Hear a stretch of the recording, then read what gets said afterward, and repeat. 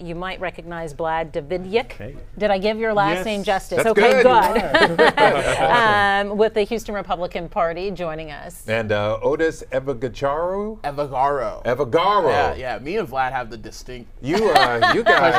We don't and we put you two together. We don't. Of the Harris County Democratic Party. Yes, sir. I'm just going to call you Otis from now on. Oh, that's fine. Is that good? Most people Otis and Vlad. Okay, Otis and Vlad. I think a local race that is interesting to talk about, gentlemen, is Judge Ed Emmett, of course. And Ed Emmett, a Republican, very well known, very well liked here in Houston, but there has been some talk and concern about him being so far down on the ballot. And that's what his commercial has said. That's the focus of his ad.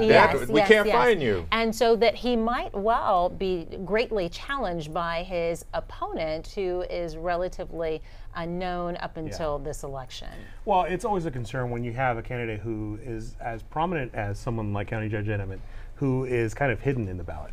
That being said, he and his team have done a great job of making sure that they're highlighting the fact that Republicans need to vote straight ticket, go all the way down the ballot, make sure that each one of those candidates is voted for, including Judge Emmett.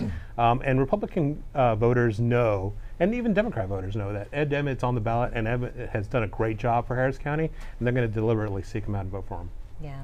What are your expectations looking ahead into the night for Republicans, and especially here in the local area, in the Houston area? It's going to be a very tight night. We know that these races are very highly contested.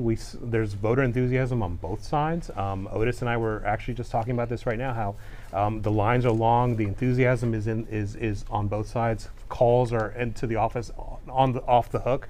And so we know that voters are very interested in making sure that their choices are clear. So it's going to be a bit of a night, and it's going to be very close. Yeah, Otis, let's talk about one of the races. It's Lizzie Fletcher running for the first time against the incumbent John Culberson. You have any thoughts with it? This got a lot of attention in terms of the ads we saw. There were on television. Of ads. You know, we heard Lion Lizzie, we heard her say that's ridiculous, and on and on and on. It's interesting. You know, you can't call someone a liar who's never had the job.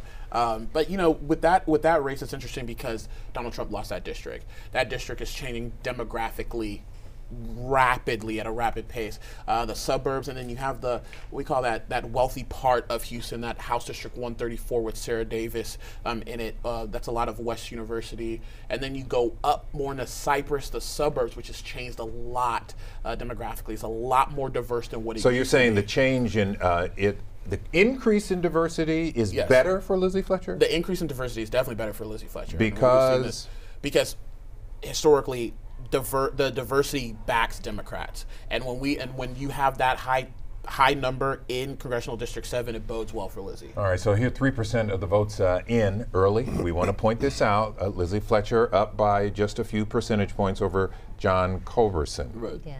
And what do you think this is saying, Vlad, as we look at just this one particular race? And I know it's very early. Sure. I want to emphasize that. It is very early. But, you know, I think in a lot of these races, especially in a red state like Texas, you wouldn't maybe anticipate it to be so close and so tight. Well, no, but here's the case. This race was going to be tight from the get-go because 2016, Hillary Clinton won Congressional District 7. So Democrats have had a target on this race from the day the polls closed on 2016. So they've invested a lot of time, a lot of money, a lot of effort. They even got involved in the primary by trying to influence who Democrat voters would pick to run against John Culberson. So we know from the very beginning that Democrats have been heavily invested in trying to flip this district. That being said, Congressman Culberson and Harris County Republicans have been aware of that from the get-go, and we've invested a lot of time and effort into that district as well, making sure we get out the vote. Go ahead. I think it's really interesting too. You know, you're looking at the seasoned politician, the veteran, versus the newcomer, right?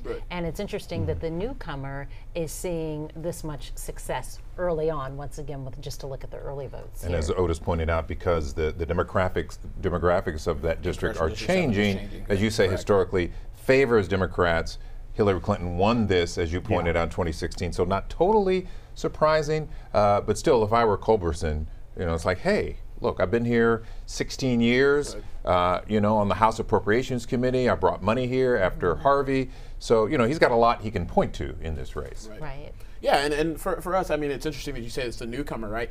We do not think that Texas is a Republican state. We believe that Texas is a non-voting state. And this is what happens when you get people engaged. You're seeing the results of higher engagement with people. You're seeing more people focus on registering people to vote. You're seeing more volunteers. You're seeing more activists. You're seeing more people just engage in the process. Young people. 18% of the electorate in early vote was voters under the age of 35. That's huge.